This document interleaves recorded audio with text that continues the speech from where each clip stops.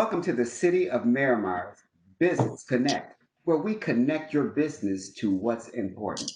My name is Johnny Douglas, and I am the Business Development Coordinator for the City of Miramar, working with the Economic and Business Development Department.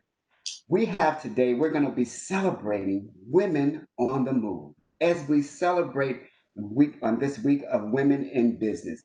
I have for you today three fabulous women that you are going to hear from as they talk about their journey, as they talk about the challenges, as they talk about balancing life as a woman in business. Having said that, in case you didn't know, I'd like to take you back through some of the history and journey of the women in America. First of all, before I do that, let me introduce my panel to you. We have with us Tamika Bickham. Raise your hand there. And Hi Tamika there. Bickham is the CEO of TV Media Group, the Chief Storyteller. We also have with us today Lisa Perez. She is the CEO of HBO Resources and is your Human Resource Center Connection. We also have Carolina Terrell. Terrell, did I say that correct? Ctaurel, yes. Terrell, CEO of Alternabit Branding and Web Design. Good morning, ladies. Morning. Good morning. Okay, how are you this early morning? Good. So as we sip our coffees and everything, and we have this great conversation, let me give you some history here. Um, in August the 18th, 1920, well, first of all, they passed through Congress June 4th, 1919, and ratified on August 18th, 1920, the 19th Amendment, and it granted women the rights to vote. Wow. In 1964, Title VII of the Civil Rights Act passes, prohibiting sex discrimination in employment, and Equality Employment Opportunities Commission is created. In 1965, the Supreme Court established that the right of married couples to use contraception. Can you believe that? Right? Crazy. Right? In 1968, President Lyndon B. Johnson signed an executive order prohibiting sex discrimination by government contractors and requiring affirmative action plans for hiring women. Wow, right? 1978, I won't tell us the time I was born, but that really was. Uh, the Pregnancy Discrimination Act bans employment discrimination against pregnant women. And now, 1980, Paula Hawkins of Florida, a Republican, becomes the first woman to be elected to the U.S. Senate without following her husband or father in the job. Wow. Wow. So women have made great strides in America. And we have you three wonderful ladies here today as we discuss and have just an open conversation about women and how your place is since all of this have taken place. Where do you stand today? One of the things I'd like to talk about today is first have you explain what you do. So let's start with Carolina. What is your business about? I mean, explain to our listening audience what do you actually do? Hi, everyone. My name is Carolina Ctaurel. And first of all, I am a woman.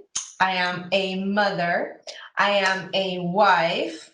I also am a mother to a dog, which also needs caring and loving. And I am also a member of my community. I feel that, most of all of being a woman, there's that sense of community that us women, I personally love to be part of communities in general. So that's me as a person. I'm also the CEO and co-owner and co-founder of Alternabit. We are a local digital marketing firm here located in Miramar. So thank you for the city of Miramar for letting us be on board here. And we specialize in three streams of services. We specialize, first of all, in branding, to getting your brand, your identity out there and well established.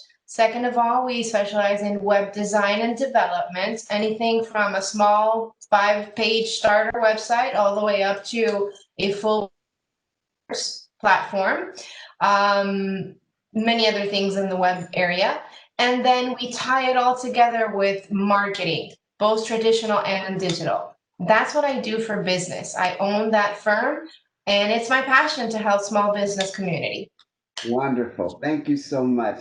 Now we'll move to Tamika, that TB Media Group, the Storyteller. Now, explain to us, what do you mean when you say storyteller? Explain what you really do for businesses. Yeah, sure. Thanks, Johnny, and thanks for having me. I am a journalist. So, in that sense, that's how I was introduced to the world of storytelling and connecting with your audience and sharing a story, informing your audience, educating and entertaining your audience.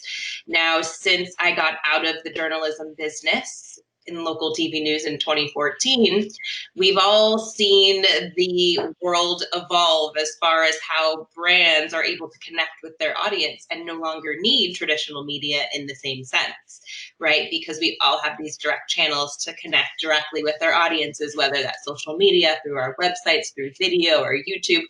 There's a variety of channels where we can eliminate that traditional media source there to reach them. So that's essentially what I do. Instead of being a storyteller or journalist in the traditional media sense, now I work with clients in a variety of industries to help them shape their story, tell their story, and connect with their audience using that story. And that's through a variety of content, whether that's video content. We're very big on creating and producing videos, as well as social media content and other content writing like blogging, content for email marketing, as well as copywriting and content for the website.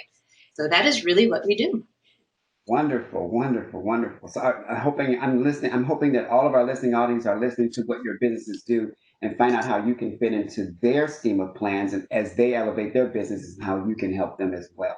So now we turn to Lisa Perez of HBL Resources, your human resource center and connection. How are you this morning? Good. I'm good. So glad to be here with you again. We had a lot of fun on the podcast, so I was thankful to be invited back after that. So yes, as you mentioned, I'm Lisa Perez. I'm a 30-year HR professional turned founder of HBL Resources 9 years ago. So my firm's 9 years, and as you can see from the logo, the Complete Manager Makeover is a subsidiary of that firm. It's the parent.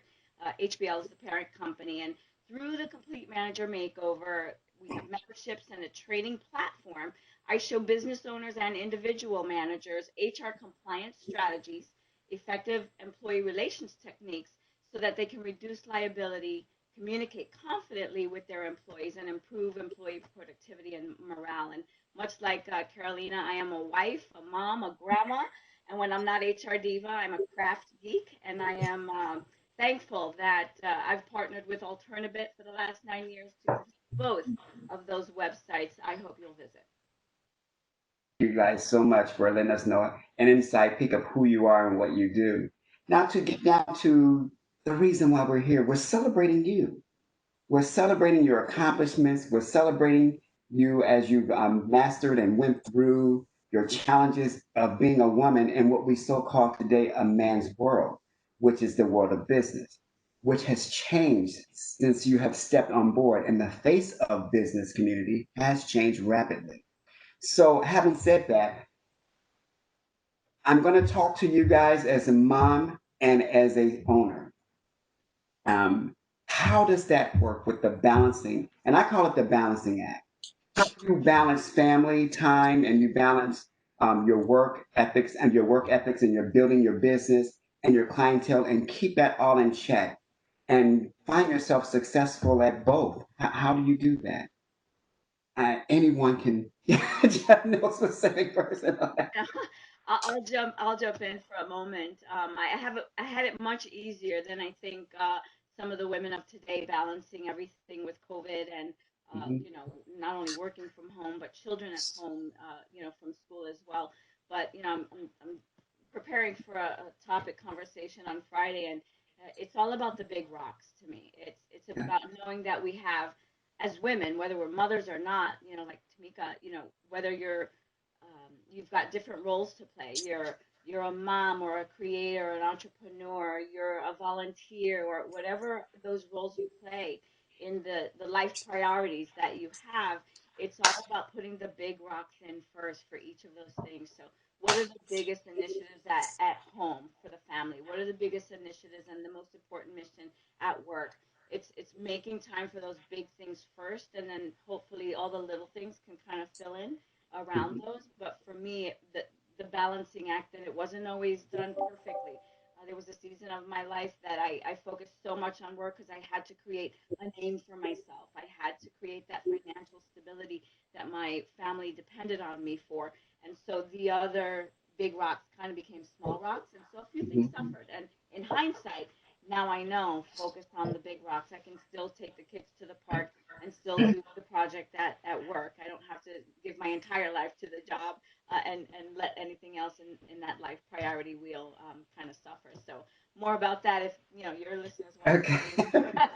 No, that was very important because a lot of women who are just starting their business, and the first 5 years of your business is all about the business. It's all about making your key connections. It's all about getting your branding and your webbing correct. It's all about doing all those things, and it takes time. It requires time to do that. So that's a very interesting thing you said there about the balance and trying to get that well done because 100% of your time is business. You're thinking about it when you wake up. You're thinking about it when you go to bed at night. So it's kind of hard to kind of like become a Dr. Jekyll and Mr. Hyde in your house and your mindset. When your kids need you to do help with their homework, but you got this big project on your mind here. You're thinking about, okay, the project is here, okay, but I have to give this 100% of my attention right now. So yeah, I would be kind of hard. I remember when my wife was getting her master's degree, and I had the choice of working different shifts. So I was able to step in and be the daytime dad mom, and then work at night, and she was the nighttime mom. So we kind of played hands like that, so she could get her degree, and then I could help out with the kids as well. Do you guys have that or find that kind of help, what we call community help or your family help, helpful to you as you're building your business? You Absolutely. have that? Sorrel. I, Go ahead, Tamika. I will definitely say that I do. As we speak, my mom is actually here from New Jersey. And she's been, since COVID happened, she's actually found the time, it seems to be here almost every month, which is honestly, I wouldn't be able to do it all without her. And, for me, I'm not a mom, I'm not a wife, but I do still juggle a lot of hats as far as, like everyone mentioned, your business is an extension of you. And especially in those early years, you can end up giving everything and spending all of your time on that. And that could mean your health falls to the side, your eating falls to the side, just the things you do to take care of yourself. Or maybe from someone like me, it's like, hey, prioritizing dating or having going to social events or virtual social events now and making time for those things instead of just being in a hole working on my business. I'm also a homeowner, and there's always something coming up with that and responsibilities there. So definitely having, I don't, no matter who it is, it could be a parent, a neighbor. I mean, I even have great neighbors who, when I've had things happen at the house, who have a key to my house and can step in, just having that community, whoever they are, step in because, no one can do everything alone. Right. Okay. Great. I'm gonna second that. And jump in.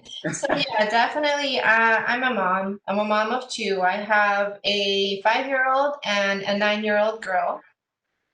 Oh, the little one's a boy. The older one's a girl. But I'm gonna take it a step further back before that. So my business, my marriage, and my kids happened all at the same time. So Wow. I didn't even know what was that not having kids before having a business. So it all happened all together, and it was pretty much of a very short learning curve. It was jump on it and start going and run and don't look back. and keep going. And it's definitely a fun journey. I do think that in some ways we women of today have it much easier than the women of 1940, 1960. There was less privileges as a woman. There was less, everything was a little bit more complicated. Now we have technology. Now we have, childcare. Now we have all these other things. We have an iPad. Hey, take an iPad.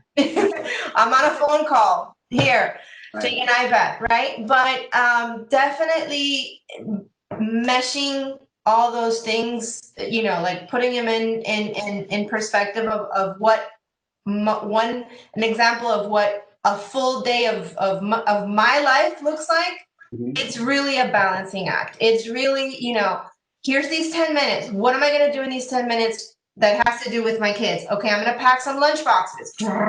Go fast.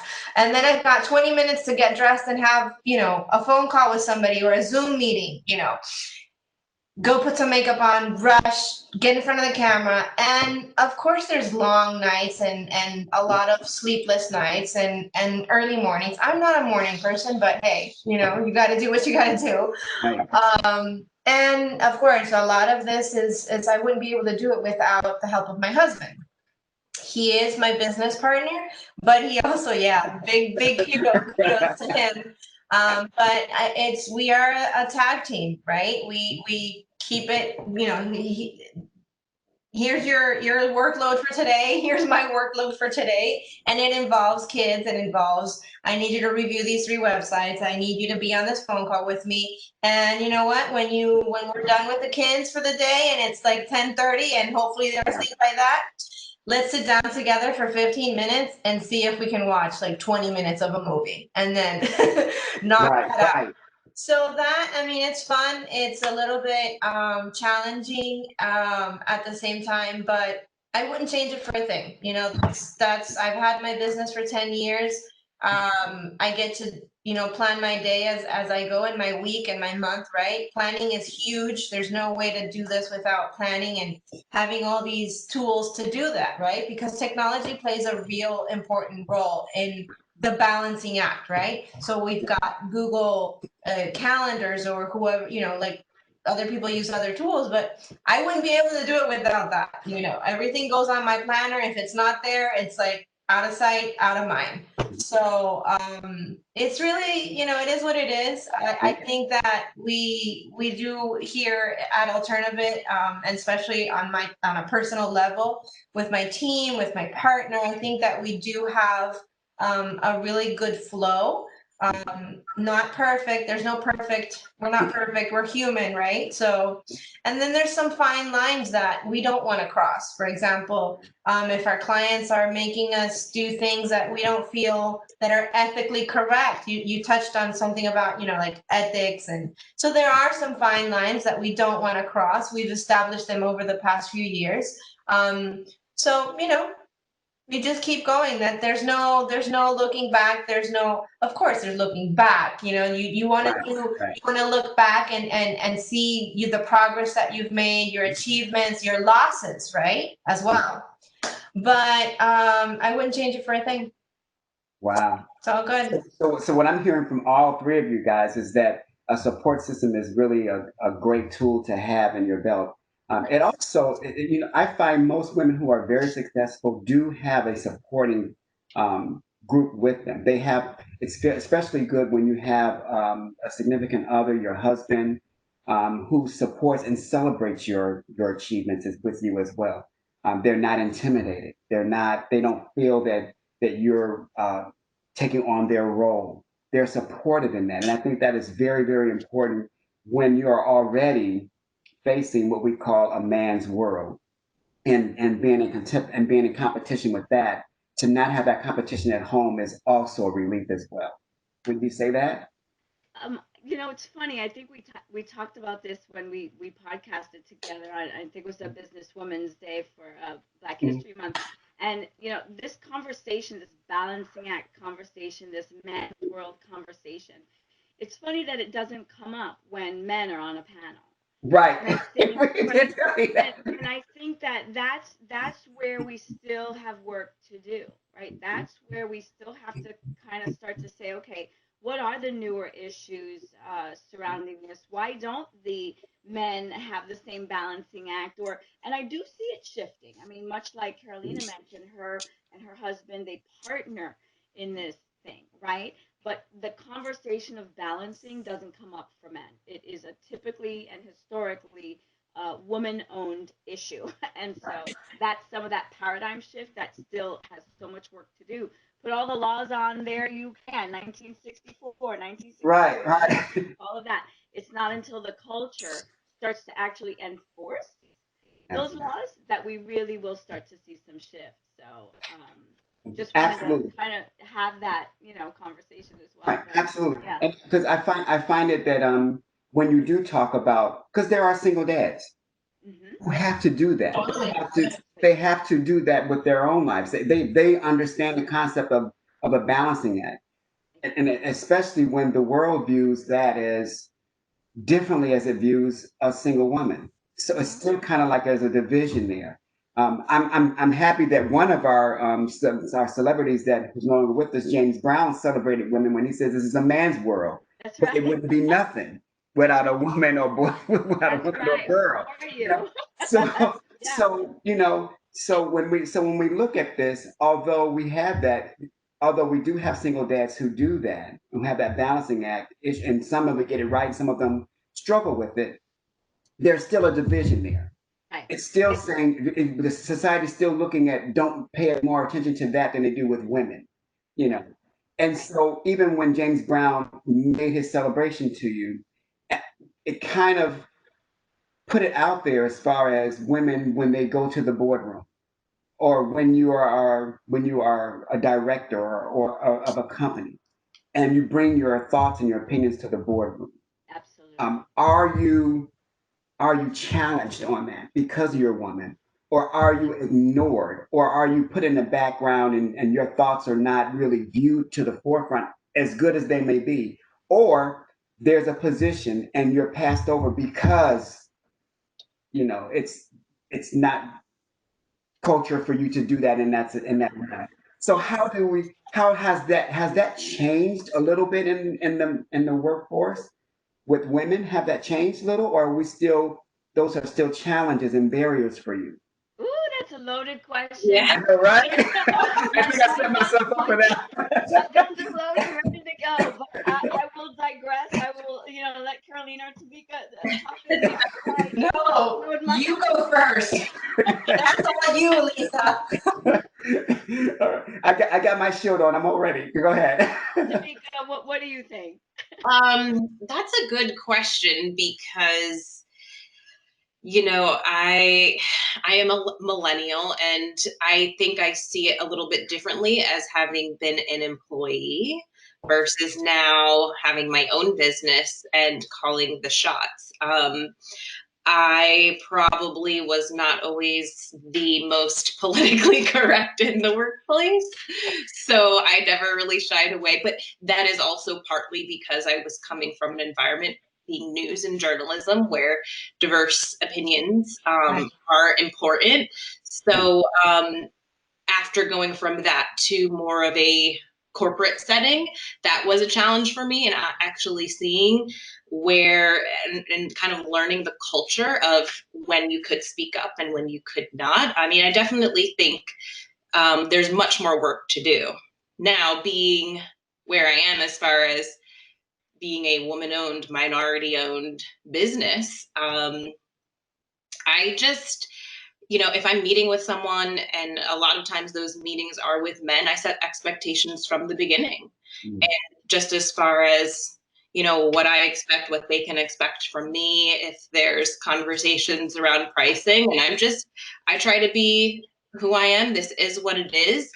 Take it or leave it. And just because I think if you set that expectation up front, you teach people how to treat you. And hey, the beautiful thing about having your own business is that you can choose to walk away from something that's not a right fit, or walk away from Yes. a potential client who is not respecting you or your ideas the way that you want. So I like that empowering feeling, and I feel like, hey, if you're always going to encounter something that doesn't, and Lisa, correct me if I'm wrong, or should say this, and that doesn't feel right in the workplace. I just feel like that's inevitable.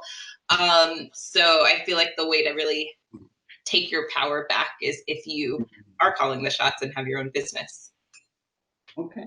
All right. I know you're pitching, Lisa. I know you are. just shoot. You know, much to Tamika's point, you know, there is a difference. There's clearly a difference between, you know, being an employee and having to report to someone else who's usually a man and sometimes a woman, than owning your own business and, as Tamika put it, calling the shots. So clearly there, you know. And I think having been in that corporate setting for 20 years in hospitality in the 90s, it was clearly a man's world. Mhm. I remember mostly being the HR director at the Fontainebleau, and it was an all male, with the exception of one other female on the executive committee of 7 positions. And you know, I'm not standing, but I'm pretty tiny, right? I too am of mixed descent, mixed race, and and a woman, right? So it really was about, for me, at the end of it, navigating that political arena, which you do find in corporate America, male or female, doesn't matter. There's always, doesn't matter. There's always politics. Finding out the right balance of that politics, but doing a few key things such as believing in yourself, right? I had, after however many years I was in my HR career, finally achieved this iconic hotel, because in hospitality, the Fontainebleau is the one you want to work for, right? It's the silver star. And I got that job on my own merit with my own resume and what have you. And so I think sometimes we as women forget that value, that knowledge, those experiences that we bring to the table that got us as far as we've gotten. And we get into the corporate setting, we go into the boardroom or the executive meeting, and we start to just kind of do this recoil thing because there's all these powerful men in there. Well, ladies, look at your bio, look at your resume, look at your accomplishments, and sit up straight, exude that confidence, know your value, but even more so, believe in your value and your experiences and what you bring to the table. Wow. Because that is how you find your seat, keep your seat, and maybe even shove over the guy right next to you. You know what I mean? So that's what worked for me, Wow. and that's what I encourage women to do when they are facing those Wow. situations. Great. Awesome. Awesome. Caroline, I know you're sitting there like, okay, yeah. Well, I've had some experiences too with being in that power game, so to say. I too came from a little bit of a less corporate background. I spent my early years as a art director and creative director working in an agency environment. And even though it's kind of like a loose, fun environment, there's a lot of steps and barriers to overcome if you want to grow up in the, you want to grow up, right? You want to be the chief and you want to have your own team. There's a lot of steps to climb, right? So in that order of ideas, after being in that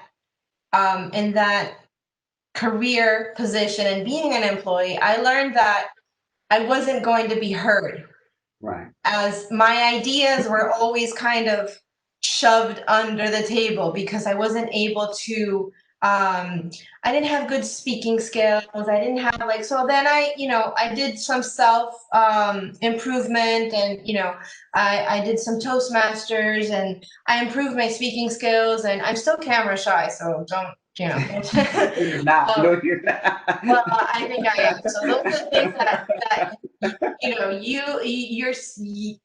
we as women don't realize, and we keep those things kind of holding us down, right? But so after that, I then did my own business, came out of that little shell that I was I felt like I was in a little box kept like my like hidden away. So then I came to the adults table, right? You know, in my early 30s. Um, and I experienced a lot of competition and a lot of power games in different scenarios.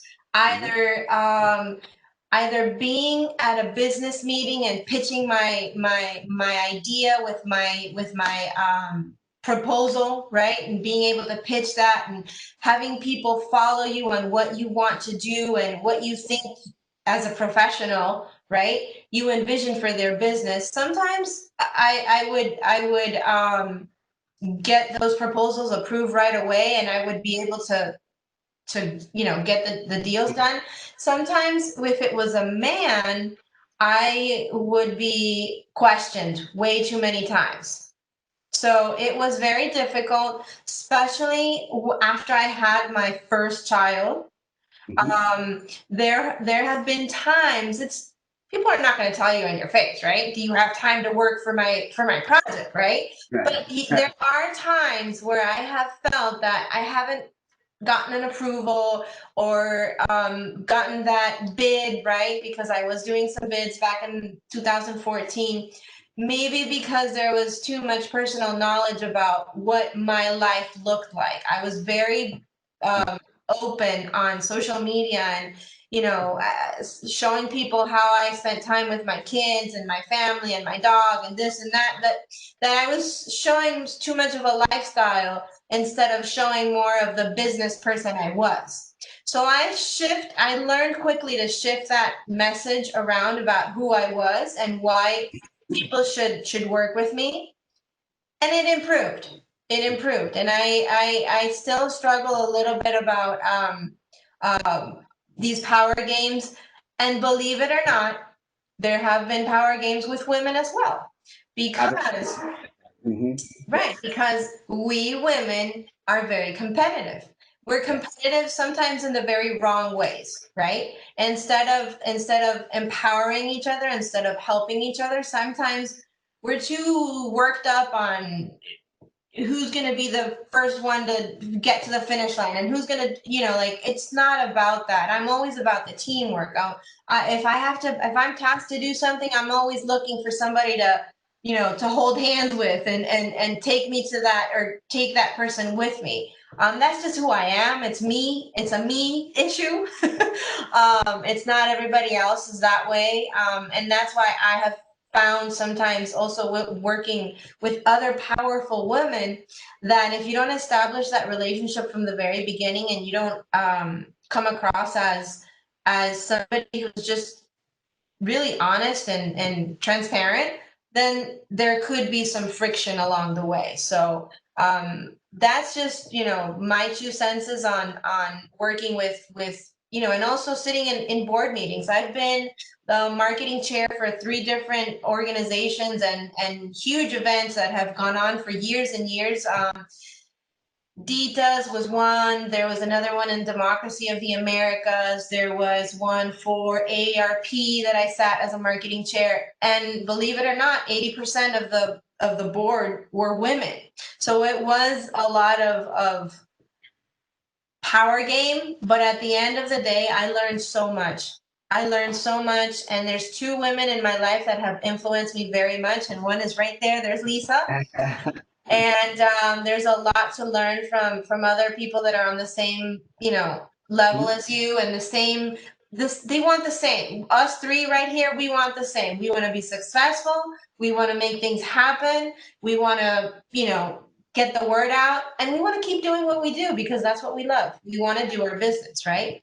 So that's I Wow. wanted to I Great. wanted to jump in on something you shared, because I know you for 9 years now. We've networked together, we've worked together, and that's, Johnny, why this conversation is so important, because Carolina changed how she shared content, right? Mhm. She's a mom, she's a wife, she loves the great outdoors, and all of those things are the lifestyle. I'd much rather do business with someone I know what their whole person is, not just the business side, but she was being blocked, right?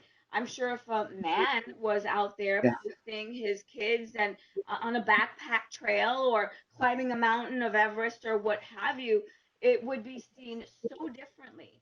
Right. And therein lies at the foundation of all of this.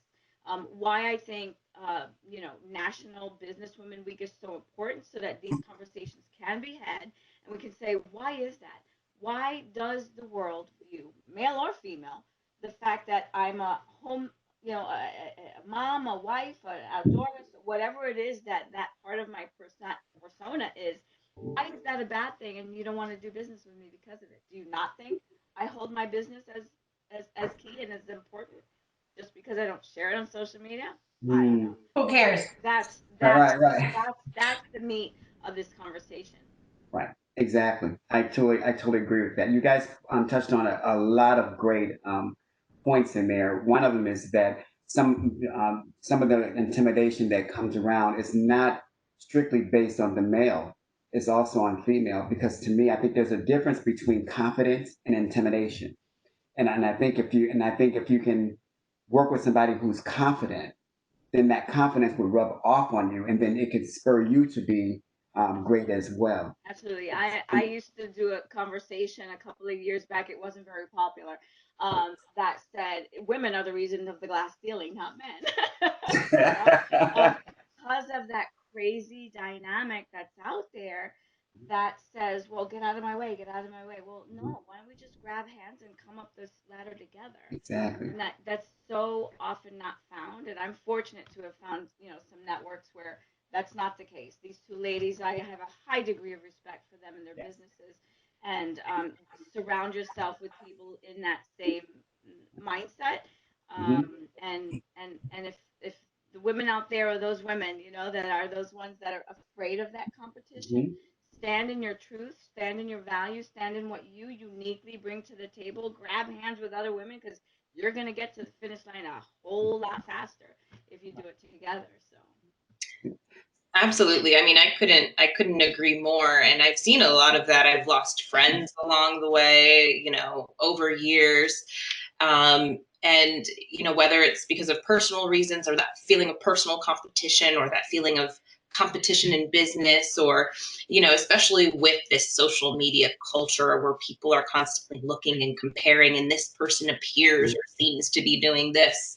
Hmm. um, and it's just unfortunate. And I would agree with Lisa. I feel like I've been so fortunate to find a community of women. Even, it's funny, I think about a few of the friends that I've had, and we've gone through some periods in our friendship where we've lost touch, and we actually were able, one of my good friends were able to come back and have a conversation, and just said, she said, hey, I was feeling insecure, I was feeling intimidated, because I know that I can have that personality of being strong and being confident, but like, Hmm. I really love the women in my life. And then we were able to come back together and kind of mend that relationship. But also in business, most of my team are all women, and like, I love them, I support them so much. Like, I've created a Slack channel where I'm like, hey, everybody, drop in your good news every week. Like, what are you working on? Let's find ways to support each other, whether that's on social, or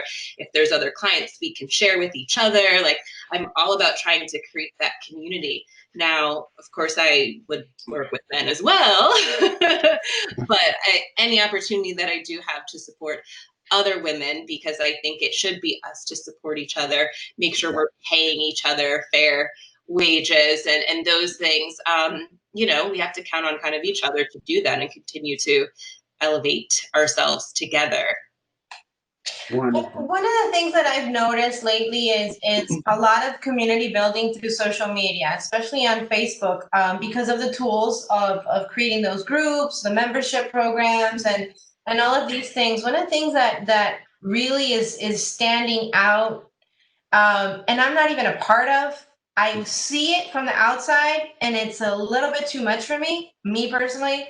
Is there's a whole network of sole entrepreneurs. Some of them are very casual entrepreneurs. Hmm. Most of them are women. They're all women.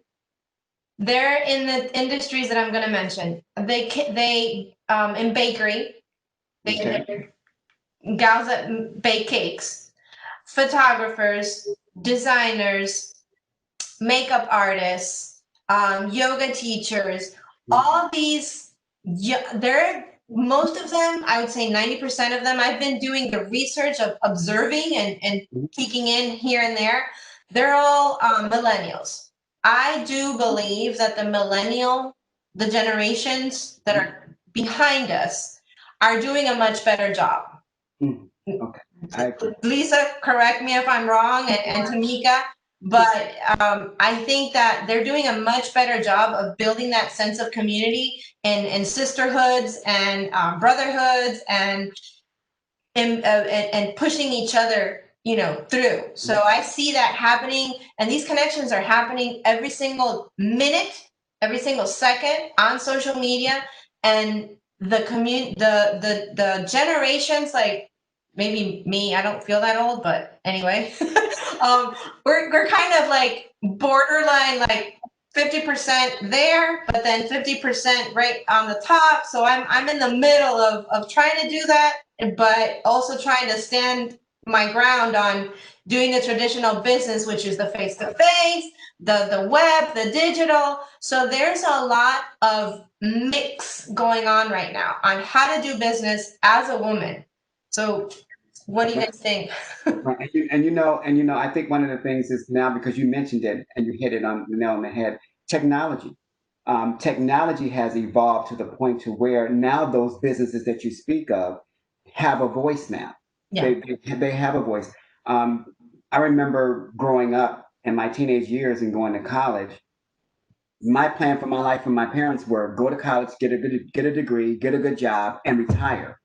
Um, Today, that's not it. It's not the case. The case is yes, go to college, go to a 4 year college, get a degree, but then create your own space.